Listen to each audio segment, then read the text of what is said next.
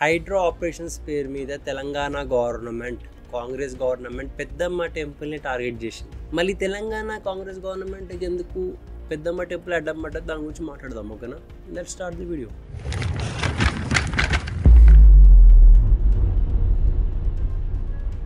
నమస్తే.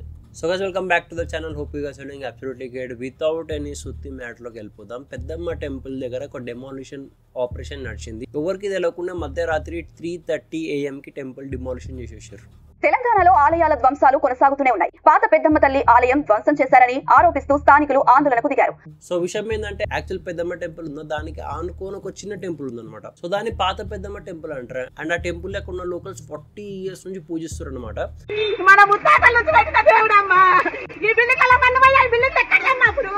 ఫస్ట్ చిన్నగా ఉండేది, తర్వాత చెట్టు ఉండే, దాని కింద చిన్న గుడి ఉండే, తర్వాత ఒక చిన్న షెడ్ వేసుకుని తర్వాత ఒక చిన్న గోపురం కట్టుకురు వాళ్ళ కోసం.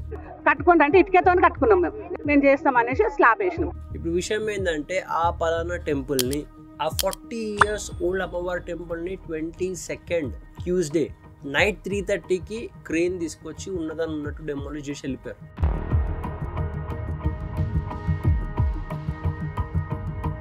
అది ఎగ్జాక్ట్లీ ప్లాన్డ్ ఆపరేషన్. ఎందుకంటే కరెక్ట్ బోనాలు అయిపోయిన నెక్స్ట్ డేనే ఈ పని చేశాడు అనమాట.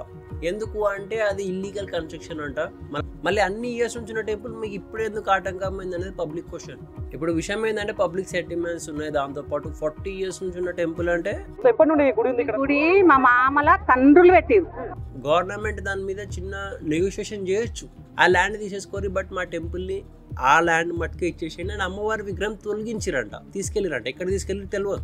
పబ్లిక్ ఏమంటే, అమ్మవారి విగ్రహం కూడా మాకు కావాలి, మాకు జస్ట్ ఈ టెంపుల్కి సరిపోయి జస్ట్ 40 to 80 గజాలు అనమాట. ఆ గజాల జాగిచ్చేసి మిగతా ఏమన్నా చేసుకోండి. బట్ ఇక్కడ అమ్మవారు 40 years నుంచి ఇన్ని ఏళ్ళగా లేని బాధ ఇప్పుడు ఎందుకు వస్తుంది అని గవర్నమెంట్ని, తెలంగాణ గవర్నమెంట్ని, కాంగ్రెస్ గవర్నమెంట్ని, రేవంత్ రెడ్డిని క్వశ్చన్ చేస్తున్నారు. తెలంగాణ రాష్ట్రంలో కాంగ్రెస్ పార్టీ అధికారంలోకి వచ్చిన తర్వాత పూర్తిగా అన్ని ప్రాంతాలలో దేవాలయాల మీద దాడులు విపరీతంగా పెరిగినాయి.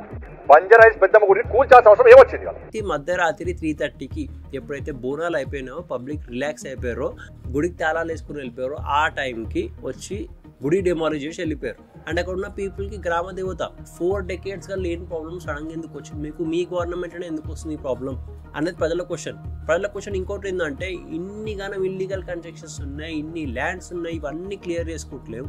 జస్ట్ పెద్దమ్మ తల్లి టెంపుల్ కాడ ఉన్న చిన్న 40 గజాల జాగా నీకు నొప్పి అయిందా అని అడుగుతున్నారు. ఒక ఈ ఆపరేషన్ మీద మన బీజేపీ లీడర్ ప్రవీణ్ 12 ఎకరాల స్థలము, అందులో 100 గజాలలో కూడా లేదు అమ్మవారి గుడి, గవర్నమెంట్ స్థలం అని చెప్పి ఇలా సకలం చెరువులు ఎందుకు శాతం అవుతలేదు? మాధవిలత గారు ఇంకా చాలా మంది వచ్చి ప్రొటెస్ట్ చేశారు. లిటరల్లీ నడి రోడ్ మీద కూర్చొని ప్రొటెస్ట్ చేశారు. ఎందుకు గులో కొడుతున్నారు, ఏం చేశారు, గుడి ఏం అడ్డం వచ్చింది మీకు అని. అండ్ వీళ్ళు ప్రొటెస్ట్తో పాటు ఇంకొన్ని క్వశ్చన్స్ అడుగుతున్నారు. ఏంటంటే, మీకు లిటరల్లీ హైడ్రా డెమాలిషన్ చేసేది ఉంటే ఫాతిమా కాలేజ్ సగం చెరువును ఆక్యుపై చేసి కట్టిరు. ఎంఐఎం లీడర్స్ వీటి మీదకి ఎందుకు పోతున్నాయి మీకు కన్ను అని. ఎంఐఎం అధినేత అసదుద్దీన్ ఓవైసీకి గుడ్ న్యూస్. ఫాతిమా కాలేజీ కూల్చివేతపై వెనక్కి తగ్గింది హైడ్రా. అండ్ ఇంకోటి కాదు, ఇలాంటిది కూడా కరెక్టే. ఫాతిమా కాలేజ్ ఇల్లీగల్ కన్స్ట్రక్షన్, సగం చెరువు ఆక్యుపై చేసిరు. ఏమన్నా అంటే అది ఫ్రీ ఎడ్యుకేషన్ ప్రొవైడ్ చేసి అని చెప్పి వదిలేసారంట. అది ఒకటే కాదు, ఇప్పుడు ఇల్లీగల్ కన్స్ట్రక్షన్స్ కాడికి వస్తే చార్మినార్లో నడి రోడ్ మధ్యలో, లిటరల్లీ నడి రోడ్ మధ్యలో, మీరు లాల్ దర్వాజా బ్యాక్ సైడ్ ఏరియాస్లలో పోతే మీకు అర్థమైపోతుంది, సమాధులు కట్టారు రోడ్కి సెంటర్లో. రోడ్ సెంటర్లో ఎవరు చచ్చిపోయారు, వీళ్ళ క్వశ్చన్లు, ఇలాంటి మజార్లు ఇవన్నీ కనిపిస్తలేవా? ఇల్లీగల్ కన్స్ట్రక్షన్స్ పబ్లిక్కి లిటరలీ ప్రాబ్లం అయ్యే కన్స్ట్రక్షన్స్ అవి. అలాంటి కన్స్ట్రక్షన్స్కి ఏం ప్రాబ్లం లేదు, అలాంటి వాటితో ఏమో రోడ్ కంజంక్షన్ ఏం అవ్వట్లేదు. బట్ ఆ పెద్దమ్మ టెంపుల్కి ఆనుకొని ఇంకో చిన్న టెంపుల్ జస్ట్ 40 to 80 గజాల గుడి, ఇదెందుకు ప్రాబ్లం అయింది?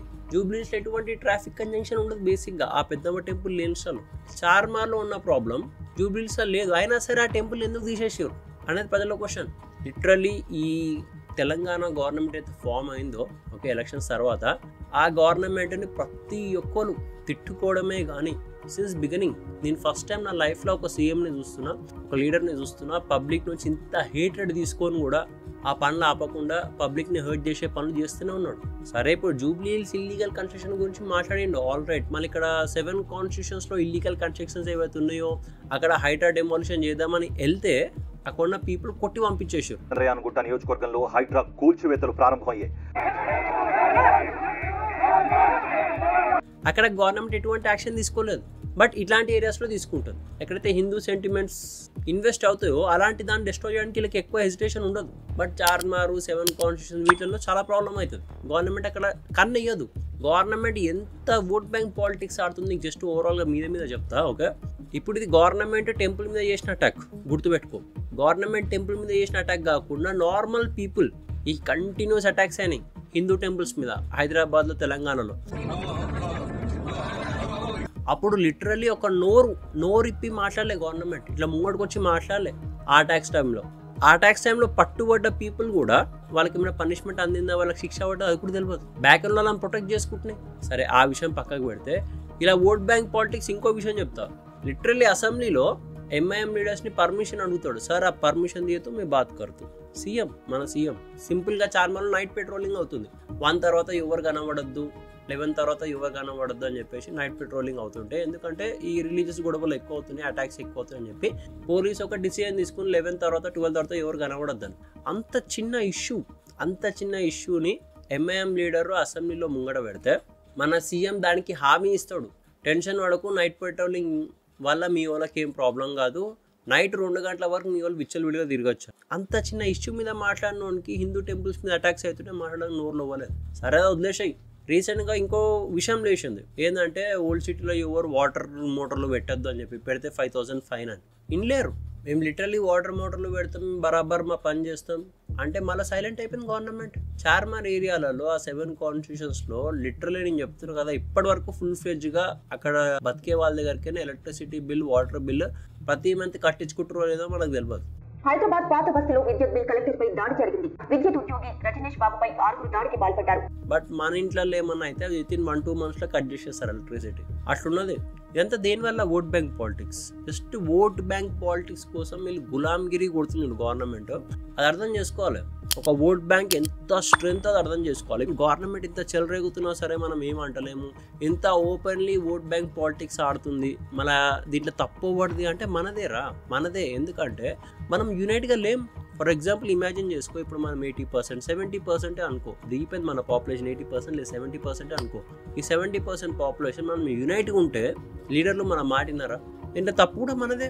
ఫ్యాన్ వార్ చేసుకుంటాం, పిచ్చకుంట్ల కొట్లాటలన్నీ మన దగ్గరనే ఉంటాయి.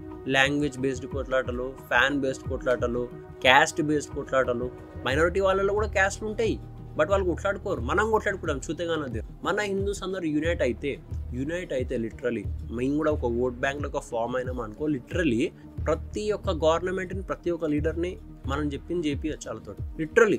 బట్ మన వాళ్ళు ఏం చేస్తారు, ఓట్ బ్యాంక్ పవర్ యూజ్ చేసుకోకుండా 500-1000 రూపాయలు బిర్యానీ ప్యాకెట్లకు అమ్ముడుపోతారు. నిజంగా అమ్ముడుపోతారు. ఫర్ ఎగ్జాంపుల్ మోడీ గవర్నమెంట్ ఎన్ని స్కీములు ప్రొవైడ్ చేసినా సరే ప్రజెంట్గా మైనారిటీస్కి అన్ని స్కీములు లాభాలు ఎత్తుతారు. అన్ని స్కీములు ఫుల్ ఫ్లెజ్గా లాభాలు ఎత్తుతారు. గవర్నమెంట్ని యూజ్ చేసుకుంటారు, అన్ని తీసుకుంటారు. బట్ స్టిల్ గవర్నమెంట్ని హేట్ చేస్తారు.